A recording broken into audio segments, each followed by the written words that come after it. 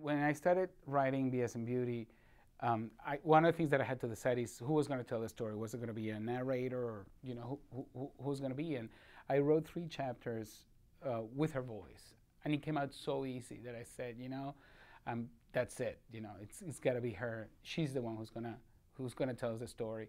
And I figured that being gay, and I was one of those gay guys who fought to stay in the closet for a very long time, and then I spent thousands of dollars in psychotherapy to realize that I was gay. Hello. But one of the beautiful things about being gay is that you can relate to women in a way that straight men probably can't. Maybe one day we will be able to relate to each other, but right now I think gay men and women do share a struggle in a way, because I think we're groups that are denied our sexuality in a way, while straight men are sort of like entitled to just do whatever they want. A woman who sleeps around is considered a slut. A gay guy is a pervert. So we bond in that way, and Lord knows that I've had many conversations with many dear friends about that. So I think I did have an idea of how women feel about certain things, and I think it's just your capacity to empathize. I root for the underdog all the time. I can't help it. I'm like, if somebody's abusing somebody, I'm like, wait a minute, and I feel like women needed someone to step forward and defend them and tell them how beautiful they are, regardless of their size. That and remind them that we all have an audience, and that the only makeover that really works happens right here, and that what other people think of you is none of your business. So just go out there and live life. Don't put your life on hold for anybody.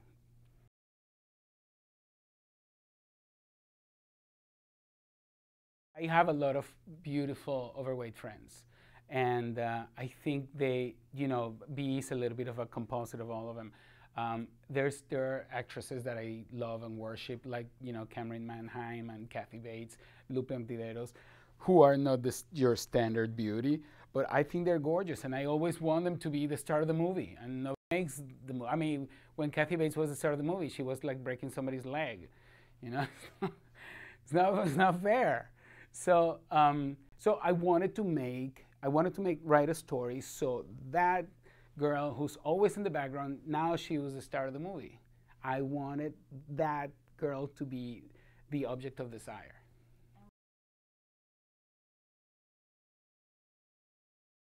When I started writing the book, I knew that the beauty should be Latin.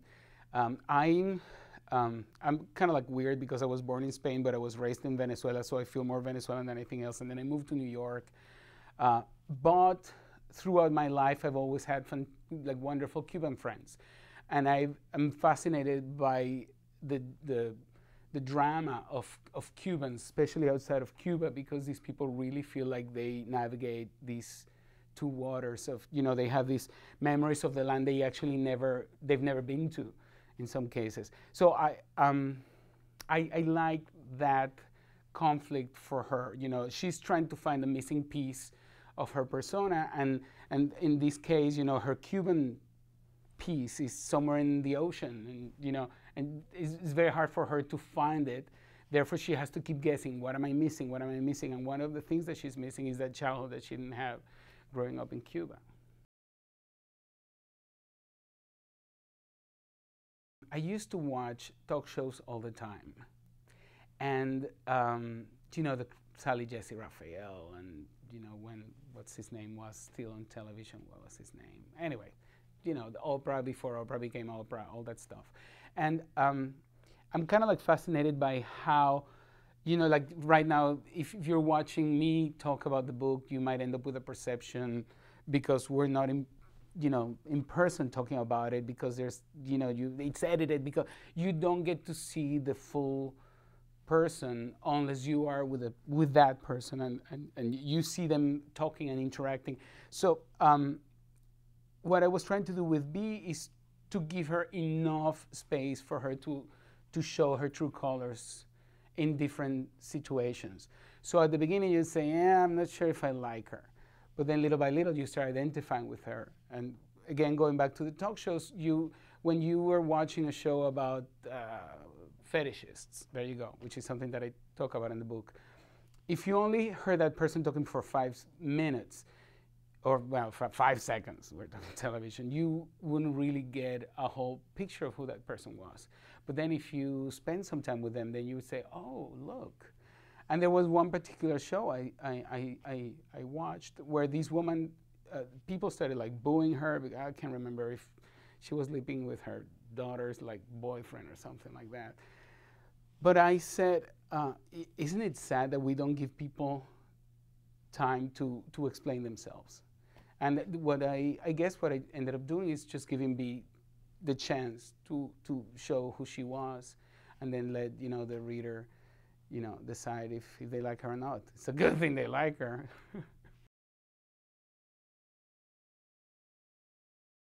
Beauty's transformation is inspired by the 12 steps of Alcoholics Anonymous.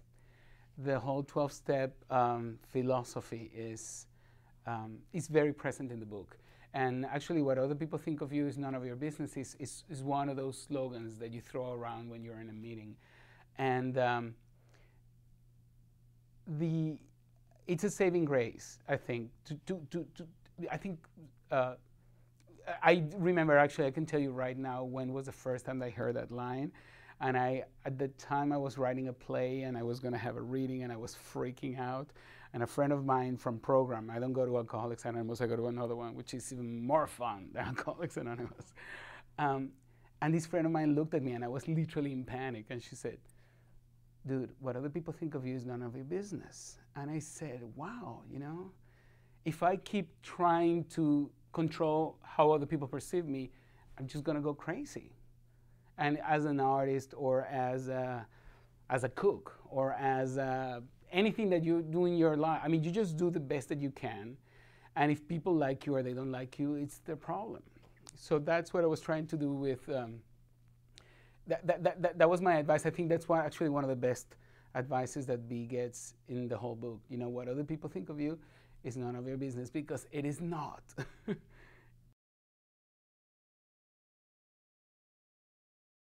Writing novels is like the best thing that ever happened to me, because I think in this day and age where like everything is so mediatized, I don't know if that word exists, where like everybody, there's so many people involved in the whole process of decision making. When movies get made by committee, everything gets done by a million people.